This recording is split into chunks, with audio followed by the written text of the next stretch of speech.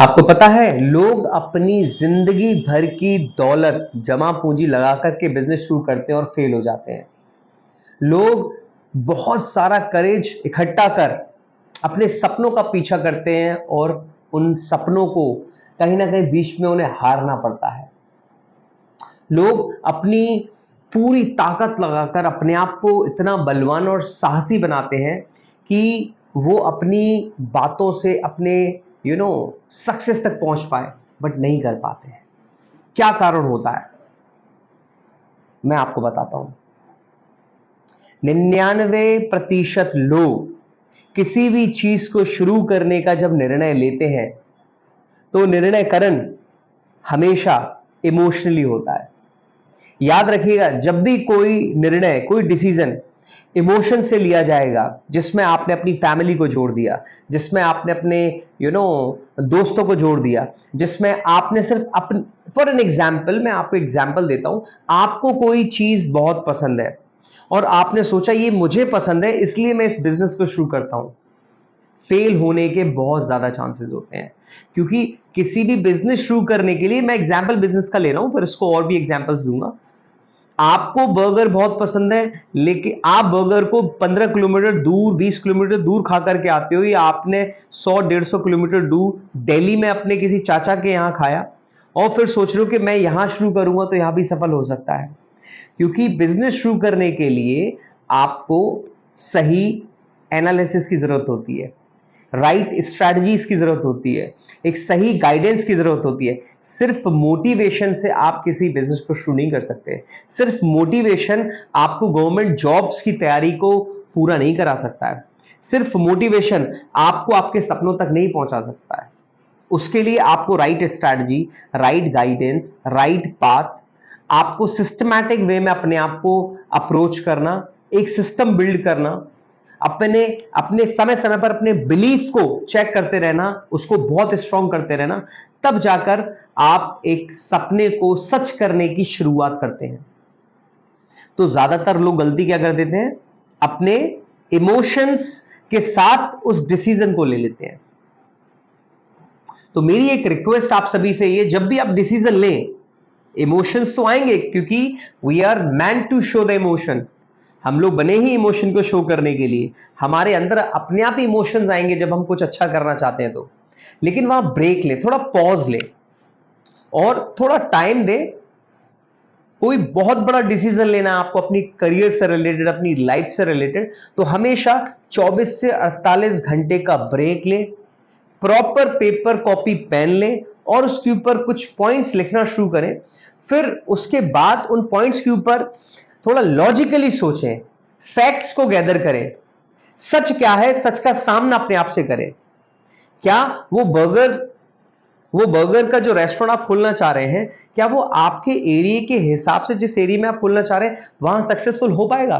सिर्फ आपने अपने दिमाग में हवाई फायरिंग बना ली कि मैं वहां खा के आया, वहां भीड़ लगी हुई थी, मैं भी यहां भीड़ लगा दूंगा। तो आपने देखा होगा आपके फ्रेंड्स के भी कई सारे रेस्टोरेंट्स होंगे या कुछ भी उन्होंने चीज खोली होगी, अब आपको रिमाइंड हो रहा होगा, आपको भी रिमाइंड हो रहा होगा कि आपके साथ के किसी ने भी कुछ चीज शुरुआत की होगी, वो फेल हो गया होगा। जब आप अपने दोस्त को देखकर आईएएस की, एसएससी की, रेलवे की तैयारी शुरू करते हैं, तो आप खुद सोचेंगे आप अपने माता पिता के पैसे वेस्ट कर रहे हैं, उसके बाद 1 या 1.5 महीने बाद आप उस कोचिंग को छोड़ देंगे। क्योंकि ये डिसीजन कैसा था, इमोशनली। मेरा दोस्त बनना चाहता है तो मैं भी उसके साथ बनूंगा। यही डिसीजन अगर लॉजिकली होता, इसमें इमोशन आप हटा देते, अपने आप से पूछते that am I meant to do government job, मेरा पर्पस क्या है गवर्नमेंट जॉब करने का, मेरा उद्देश्य क्या है, क्या ये मेरे पिताजी का सपना है, क्या ये मेरा सपना है?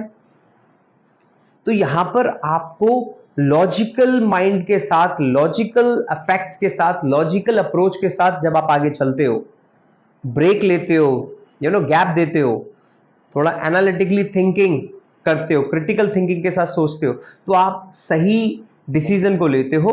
और आप याद करिए, जिस डिसीजन को लेकर आपने थोड़ा लंबे समय तक सोचा है, कहीं ना कहीं वो सफल हो रहा है, जिसमें इमोशंस नहीं है। राइट? हाँ, मैं ये नहीं बोल रहा हूं कि इमोशनली लिया गया हर डिसीजन फेल होगा। 100 में से 99 फेल होंगे, एक हो सकता है किसी का अच्छा हो जाए, वो फिर बहुत अच्छा है। हम तो सभी ये चाहेंगे ना कि सभी के सभी डिसीजन अच्छे हों, सफल हों, जिससे हर किसी को सफलता मिले। बट सफलता का रेशियो क्या है? 0.1%। तो इसका मतलब क्या है? हम लोग सोचते कैसे? 99.99% हम लोग इमोशनली सोचते हैं। तो ये हमें अपने इमोशंस को कंट्रोल करना है। Are you getting my point? आपको बिजनेस में प्रमोशन चाहिए, आपको अपने बिजनेस को नेक्स्ट लेवल पे ले जाना है, आपको अपने आप को स्किल्ड अप करना है। अब इमोशंस क्या बोलते हैं? इमोशंस तो बोलेंगे कि मेरी फैमिली मेरे घर पे वेट कर रही है, मुझे उनके पास जाकर के टाइम स्पेंड करना है।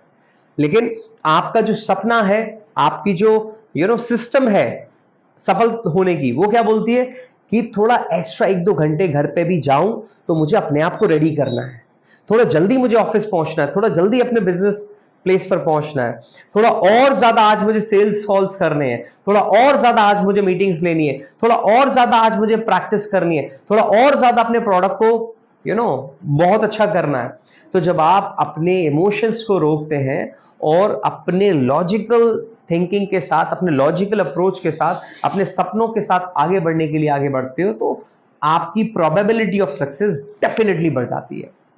आप कोई भी एग्जांपल ले लीजिए, जैसे मैंने आपको बताया गवर्नमेंट जॉब का, आपने एक सही पर्पस चूज किया, आपने एक क्रिटिकल थिंकिंग मतलब बहुत अच्छे से सोच समझकर, फैक्ट्स के साथ कि मेरा बैकग्राउंड ये है, मेरे आसपास के लोग इसमें बहुत आगे बढ़ रहे हैं और मेरी जो अंडरस्टैंडिंग है वो इस लेवल की है, तो मैं भी यहां तक जा सकता हूं। मैं ये नहीं बोल रहा हूं कि अगर आप आईएएस की सोचे तो आप आईएएस क्वालिफाई नहीं कर सकते हो, लेकिन रियलिटी क्या है? क्या आप शुरुआत से बहुत अच्छा पढ़ते हुए आ रहे हैं, अभी भी आप अच्छा पढ़ने के लिए रेडी है? क्योंकि जो मोटिवेशन आता है सोडा की बोतल की तरह अगर होगा, खोला, बबल्स हुए और खत्म, तो फिर नहीं हो पाएगा ना। आप रियलिटी के साथ एक बैठिए और अपने आप से एक एक करके अपने विचारों से मिलिए। वो आपको बताएंगे reality that yes you are man to go beyond this, और you are man to go for only this, और you are man to just quit this. तो क्योंकि आप अपनी सच्चाई बहुत अच्छे से जानते हैं। मैं राइट कर रहे हैं रोहित?